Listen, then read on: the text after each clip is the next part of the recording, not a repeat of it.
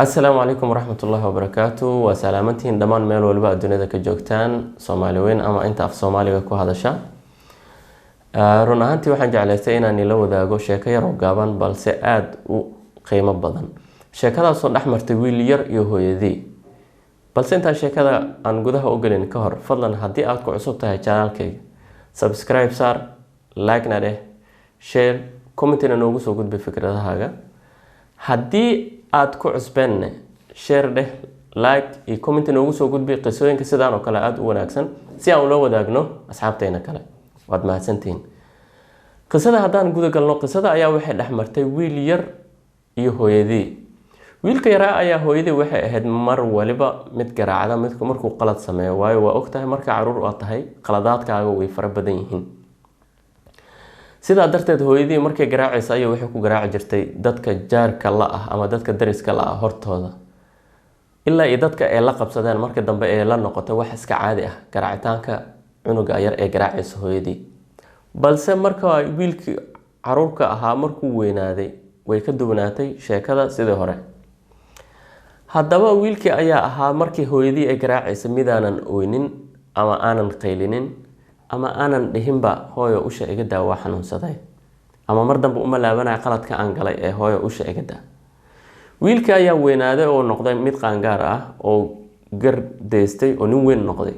kadib maalin maalmaha ka mid ah waa taqaanaa waalidka mar waliba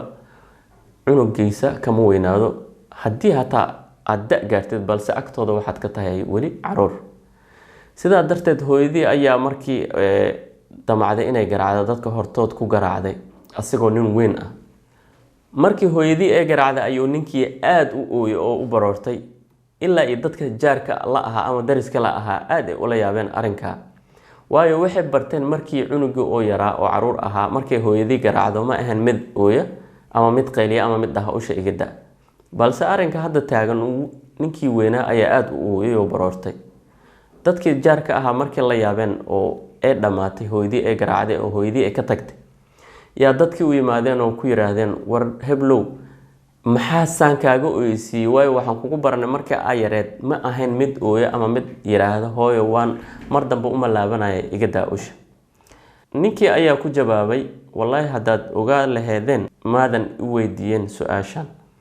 waayo maalinba maalinta xigta ayaa jannadeeda sii xirmaysaa sidaa darteed ayaan u ooyay dadkii jaarka la ahaa ayaa la yaabay arrinkaa wax ay ku tilmaamaan ayay garan waayeen su-aal labaad ayay ku celiyeen oo waxay yiraahdeen warniyow maxaa ula jeedaa arrinkan jannadaada inay marwalba maalinta ka xigto inay sii xirmayso marka ayuu ku yiri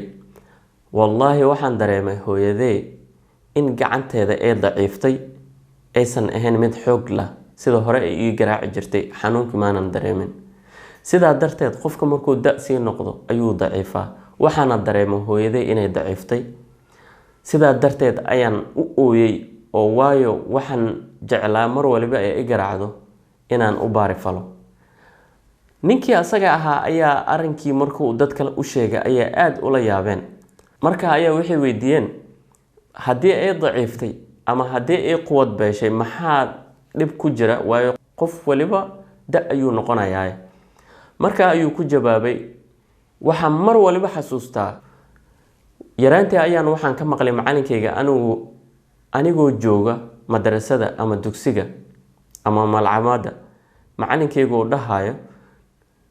nabiga sallallahu alayhi wasallam ayaa wuxuu yiri ilaahay subhanahu wa ta'ala hooyada wuxuu siiyay 3 jeer xaqa